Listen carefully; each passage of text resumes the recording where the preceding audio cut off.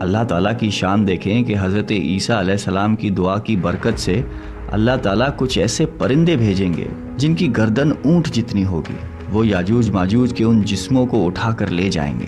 یاد رہے یہ تو ان کو دنیا میں ملنے والی سزا ہے، ان کو جہنم میں بھی دردناک عذاب دیا جائے گا، کیونکہ ان کے کثیر گناہ ہیں۔ ایک تو یہ کہ انہوں نے ظلم و زیادتی، قتل و غارت کا بازار گرم کیا ہوا تھا، اور دوسرا یہ کہ ایمان بھی نہیں لائے تھے۔ حالانکہ ان کو ایمان کی دعوت دینے کے لیے ہمارے پیارے نبی حضرت محمد صلی اللہ علیہ وآلہ وسلم تشریف لے گئے تھے۔ حضرت ابن عباس رضی اللہ تعالیٰ عنہ فرماتے ہیں کہ نبی پاک نے فرمایا کہ معراج کی رات اللہ تعالیٰ نے مجھے یاجوج ماجوج کو دعوت اسلام دینے کے لیے بھیجا۔ نبی پاک فرماتے ہیں کہ میں ان کے پاس گیا، میں نے ان کو اللہ تعالیٰ کی طرف بلایا، انہیں عبادت کی دعوت دی، مگر انہوں نے میری دعوت کو جھٹلا کر انکار کر دیا۔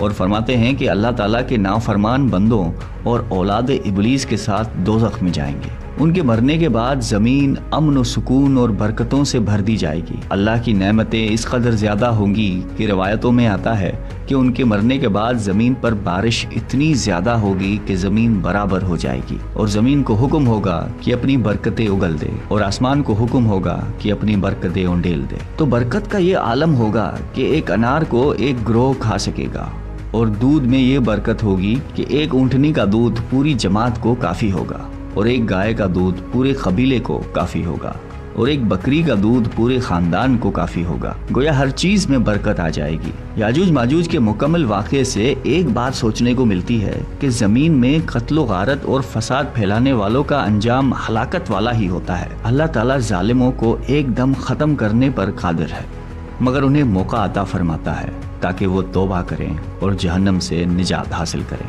اللہ تعالیٰ سے دعا ہے کہ اللہ تعالیٰ ہم سب کو قلب سلیم عطا فرمائے اور قرآن و حدیث پہ عمل کرنے کی توفیق عطا فرمائے۔ آمین۔